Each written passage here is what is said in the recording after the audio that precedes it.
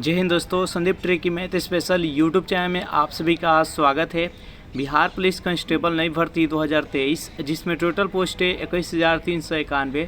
इस पोस्ट के लिए रिटन एग्जाम 1 अक्टूबर, 7 अक्टूबर और 15 अक्टूबर का होगा। इसके लिए 50 अति महत्वपूर्ण प्रश्न लेकर आए हैं। ऐसा ही प्रश्न आपके एग्जाम में भी देखने को मिलेगा, तो इस वीडियो को अंत तक देखिएगा। वीडियो स्टार्ट करते हैं और चलते हैं हम प्रश्न की तरफ। पहला प्रश्न है आपके सामने कि प्रतिरोधकता की इकाई क्या है, यानी प्रतिरोधकता का एसआई मात्रक क्या होता है आपको बताना है। वोल्ट होता है, एम्पियर होता है, ओम मीटर होता है, डी है, इनमें से कोई नहीं। बताइए यहाँ पर एक नंबर प्रश्न का सही आंसर क्या है। तो जो भी कैंडिडेट यहाँ पर ऑप्शन नंबर सी बता रहे हैं ओम मीटर, बिल्कुल ही सही जवाब है। देखिए प्रतिरोधकता का एसआई मात्रक ओम मीटर होता है। अगर केवल ओम बोला जाए तो यह प्रतिरोध का एसआई मात्रक होता है। विद्युत विभव तथा विद्युत विभवांतर का एसआई मात्रक वोल्ट होता है। विद्युत धारा का एसआई मात्रक एम्पियर होता है, याद रखिएगा। नेक्स्ट यहाँ पर सेकेंड प्रश्न है आपके सामने कि बेंजीन में कितने डबल बॉन्ड होते हैं, 1, 2, 3 और 4। बताइए यहाँ पर 2 नंबर प्रश्न का सही आंसर क्या है।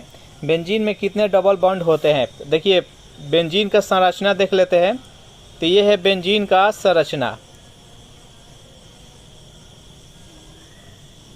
बेंजीन का ये संरचना है।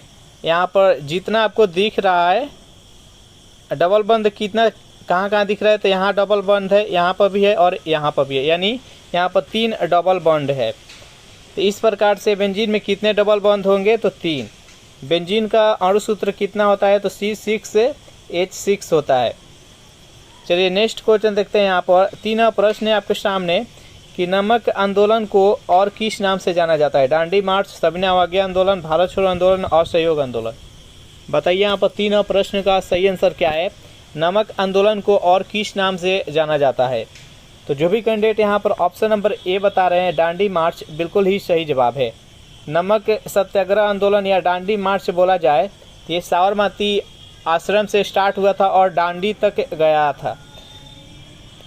और ये कब, तो 1930 ईस्वी में। और इसी नमक आंदोलन के तहत सविनय अवज्ञा आंदोलन स्टार्ट हुआ था।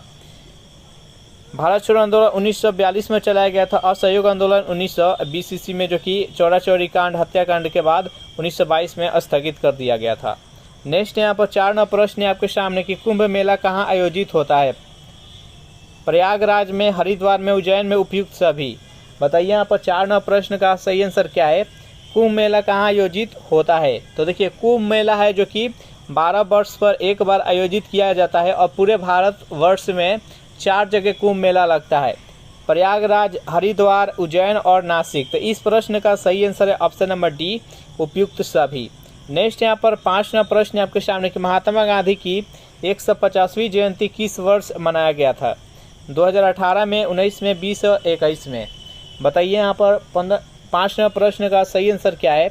महात्मा गांधी की 150वीं जयंती किस वर्ष मनाया गया था। तो महात्मा गांधी का जन्म कब हुआ था, तो 2 अक्टूबर 1869 ईस्वी में महात्मा गांधी का जन्म हुआ था। तो उस टाइम से अगर काउंट करें तो 2019 में 150 वर्ष होगा। तो इसका राइट आंसर हो जाएगा ऑप्शन नंबर बी, 2019। नेक्स्ट यहाँ पर 6 प्रश्न है आपके सामने कि रोबोट्स कप किस खेल से संबंधित है। फुटबॉल से, हॉकी से, मुक्केबाजी से और तीरंदाजी से। बताइए यहाँ पर 6 प्रश्न का सही आंसर क्या है। रोबोट्स कप किस खेल से संबंधित है, जल्दी से कमेंट कीजिए। तो ये फुटबॉल से है। जो भी कैंडिडेट यहाँ पर ऑप्शन नंबर ए के साथ जा रहे हैं, बिल्कुल ही सही जवाब है।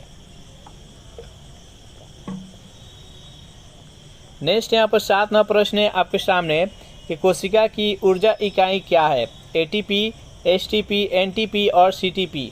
बताइए यहाँ पर 7 प्रश्न का सही आंसर क्या है। कोशिका की ऊर्जा इकाई क्या है।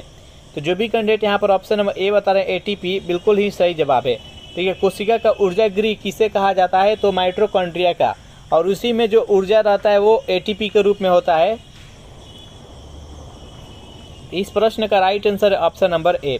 नेक्स्ट यहाँ पर 8 प्रश्न है आपके सामने। अल्पसंख्यक अधिकार दिवस कब मनाया जाता है।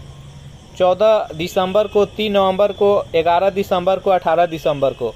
बताइए यहाँ पर 8 प्रश्न का सही आंसर क्या है। अल्पसंख्यक अधिकार दिवस कब मनाया जाता है। तो ये 18 दिसंबर को मनाया जाता है। जो भी कैंडिडेट यहाँ पर ऑप्शन नंबर डी बता रहे हैं 18 दिसंबर, बिल्कुल ही सही जवाब है। सेशन आप लोग को अच्छा लग रहा है तो वीडियो को लाइक कर दे, अपने दोस्तों के पास शेयर कर दे और जितने भी कैंडिडेट अभी तक इस चैनल को सब्सक्राइब नहीं किए होंगे तो चैनल को प्लीज़ सब्सक्राइब कर लीजिए। 9वां प्रश्न है आपके सामने कि आवर्त सारणी में सबसे ज़्यादा विद्युत ऋणात्मक तत्व कौन सा है? क्लोरीन, फ्लोरीन, हीलियम और मैग्नीशियम। बताइए यहाँ पर 9वां प्रश्न का सही आंसर क्या है? आवर्त सारणी में सबसे ज़्यादा विद्युत ऋणात्मक तत्व कौन सा है? तो फ्लोरीन है। जो भी कैंडिडेट यहाँ पर ऑप्शन नंबर बी बता रहे हैं बिल्कुल सही जवाब है। सर्वप्रथम आवर्त सारणी का निर्माण किसने किया था? तो मेंडलीव के द्वारा आवर्त सारणी का निर्माण किया गया था, जो कि परमाणु द्रव्यमान पर आधारित था, जो कि असफल हो गया था।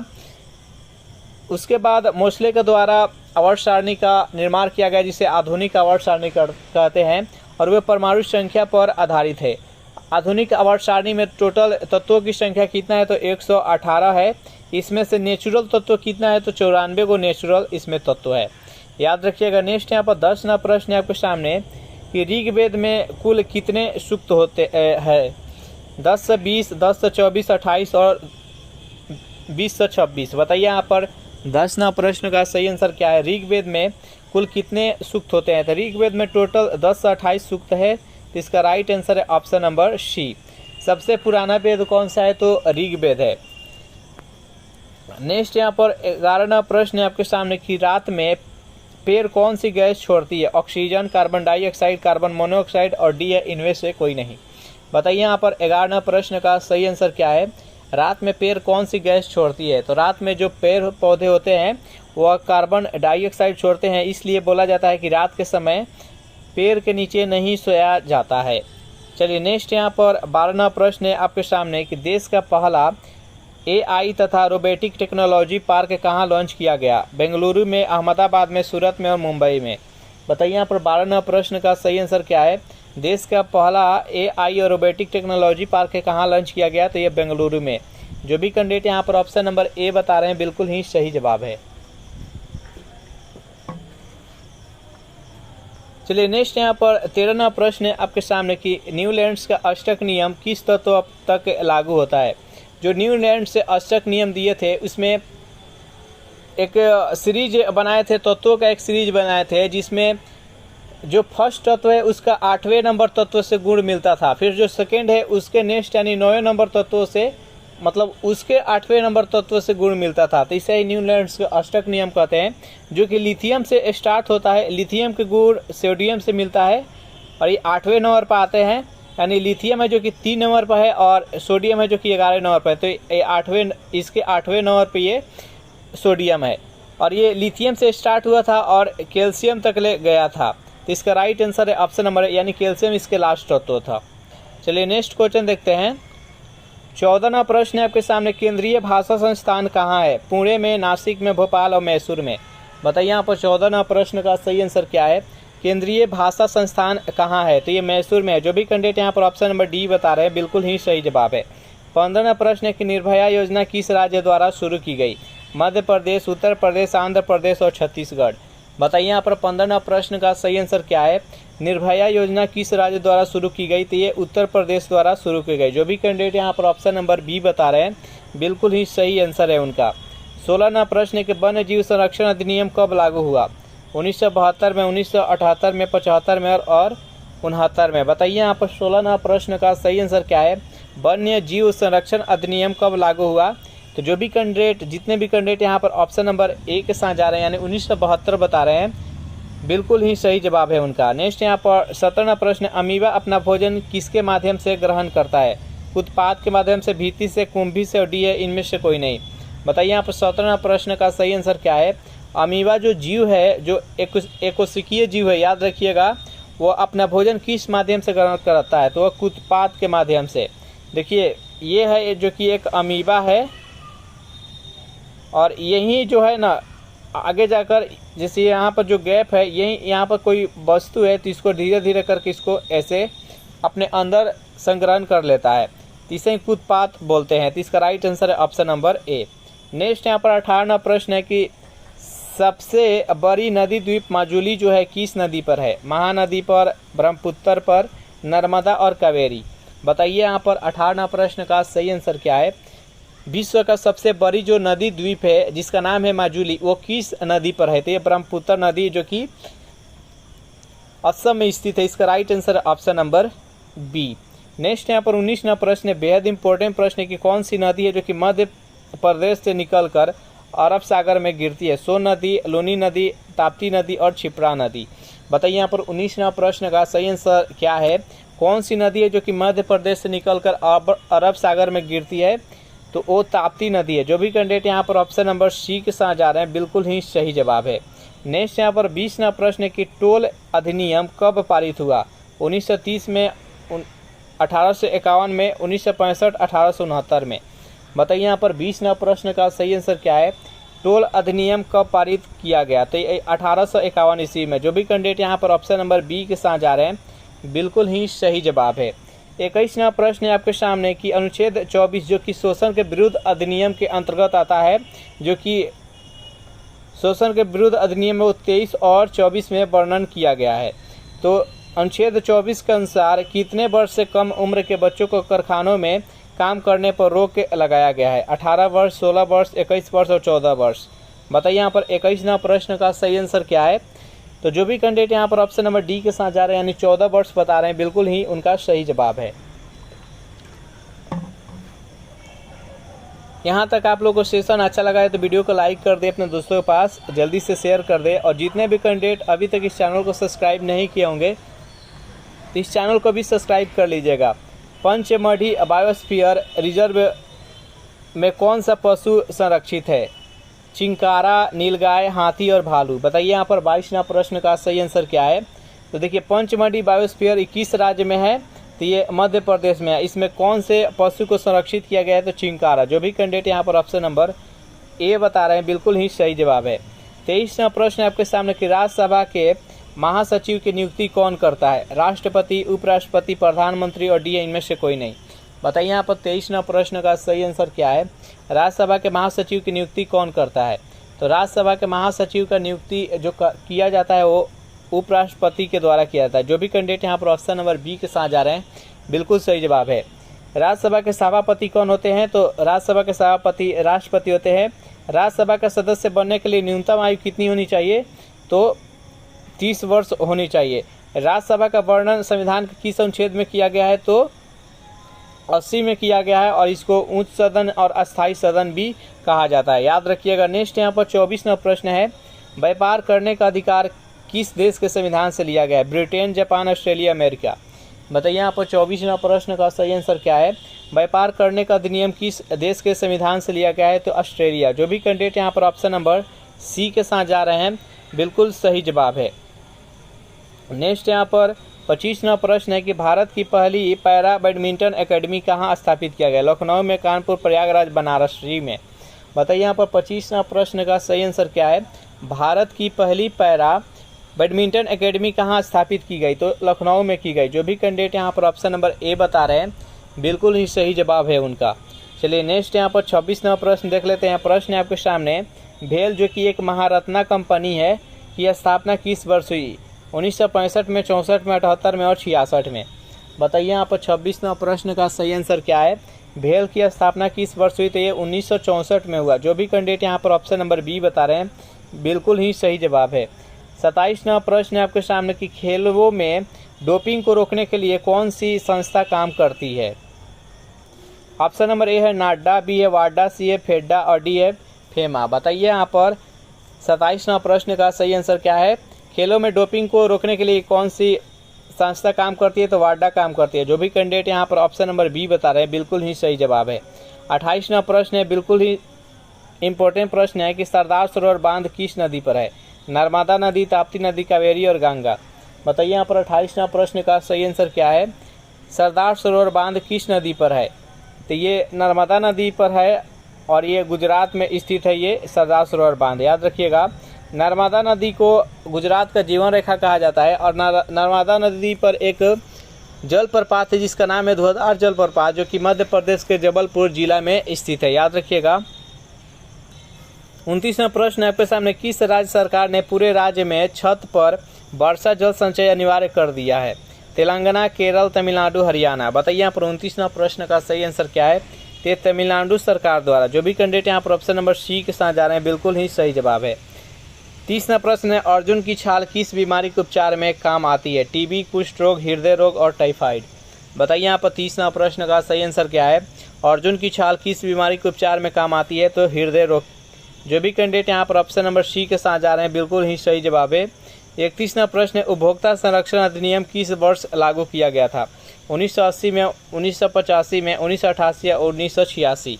बताइए यहाँ पर 31वां प्रश्न का सही आंसर क्या है। उपभोक्ता संरक्षण अधिनियम किस वर्ष लागू किया गया था। तो जो भी कैंडिडेट 31वां प्रश्न का आंसर 1986 बता रहा है, यानी ऑप्शन नंबर डी बिल्कुल ही सही जवाब है उनका। चलिए नेक्स्ट यहाँ पर 32वां प्रश्न देख लेते हैं। बेहद इंपॉर्टेंट प्रश्न है। ये प्रश्न बार बार एग्जाम में पूछे जाते हैं कि 2005 में कौन सी शास्त्रीय भाषा जोड़ी गई थी, उर्दू, संस्कृत, मैथिली और डोंगरी। बताइए यहाँ पर 32वां प्रश्न का सही आंसर क्या है। 2005 में कौन सी शास्त्रीय भाषा जोड़ी गई थी। तो देखिए टोटल शास्त्रीय भाषा की संख्या कितना है, तो 6 है। 6 भाषा में कौन कौन सी है, तो देखिए मलयालम है, कन्नड़ है, तमिल है, उसके बाद तेलुगु है, ये 4 हो गया। उसके बाद उड़िया है और संस्कृत है। ये 6 भाषा है, शास्त्रीय भाषा है। इसमें संस्कृत जो है वो 2005 में ऐड किया गया। नेक्स्ट यहाँ पर 33वां प्रश्न है आपके सामने। आवर्त सारणी में बाएं से दाएं जाने पर परमाणु त्रिज्या में क्या परिवर्तन होगा, आपको बताना है। बढ़ेगी, घटेगी, अपरिवर्तित रहेगी, डी इनमें से कोई नहीं। बताइए यहाँ पर 33वां प्रश्न का सही आंसर क्या है। आवर्त सारणी में बाएं से दाएं जाने पर उसके परमाणु त्रिज्या में क्या परिवर्तन होगा, तो घटेगा। जो भी कैंडिडेट यहाँ पर ऑप्शन नंबर बी के साथ जा रहे हैं बिल्कुल ही सही जवाब है। 34वां प्रश्न बेहद इंपॉर्टेंट प्रश्न है। मधुमेह रोग किसकी कमी से होता है, इंसुलिन, आयोडीन, कैल्शियम और पोटेशियम। बताइए यहाँ पर 34वां प्रश्न का सही आंसर क्या है। मधुमेह रोग किसकी कमी से होता है, तो इंसुलिन की कमी से मधुमेह रोग होता है। इसका राइट आंसर है ऑप्शन नंबर ए। आयोडीन की कमी से कौन सा रोग होता है, तो घेघा रोग होता है। नेक्स्ट यहाँ पर 35वां प्रश्न है आपके सामने। नीति आयोग का अध्यक्ष कौन होता है, उपराष्ट्रपति, प्रधानमंत्री, राष्ट्रपति और डी है इनमें से कोई नहीं। बताइए इनमें से नीति आयोग के अध्यक्ष कौन होते हैं। तो नीति आयोग के अध्यक्ष प्रधानमंत्री होते हैं। जो भी कैंडिडेट योजना आयोग के जगह पर नीति आयोग आया है।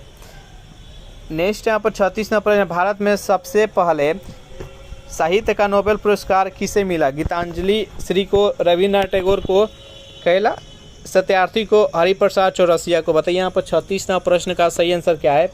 भारत में सर्वप्रथम साहित्य के क्षेत्र में नोबेल पुरस्कार किसे मिला, तो रविन्द्रनाथ टैगोर को। जो भी कैंडिडेट यहाँ पर ऑप्शन नंबर बी बता रहे हैं बिल्कुल ही सही जवाब है। गीतांजलि पुस्तक के लिए 1913 ईस्वी में रविन्द्रनाथ टैगोर को साहित्य के क्षेत्र में नोबेल पुरस्कार मिला और ये एशिया के प्रथम व्यक्ति थे जिन्हें नोबेल पुरस्कार मिला था। 37वां प्रश्न है आपके सामने। लोक नियोजन के विषय में अवसर की समता किस अनुच्छेद में वर्णन है, अनुच्छेद 16 में, 14 में, 18 में और 21 में। बताइए यहाँ पर 37वां प्रश्न का सही आंसर क्या है।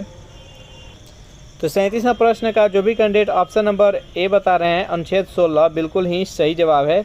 नेक्स्ट यहाँ पर 38वां प्रश्न है आपके सामने। राष्ट्रीय महिला दिवस कब मनाया जाता है, 13 मार्च को, 13 फरवरी, 13 अप्रैल, 13 मई।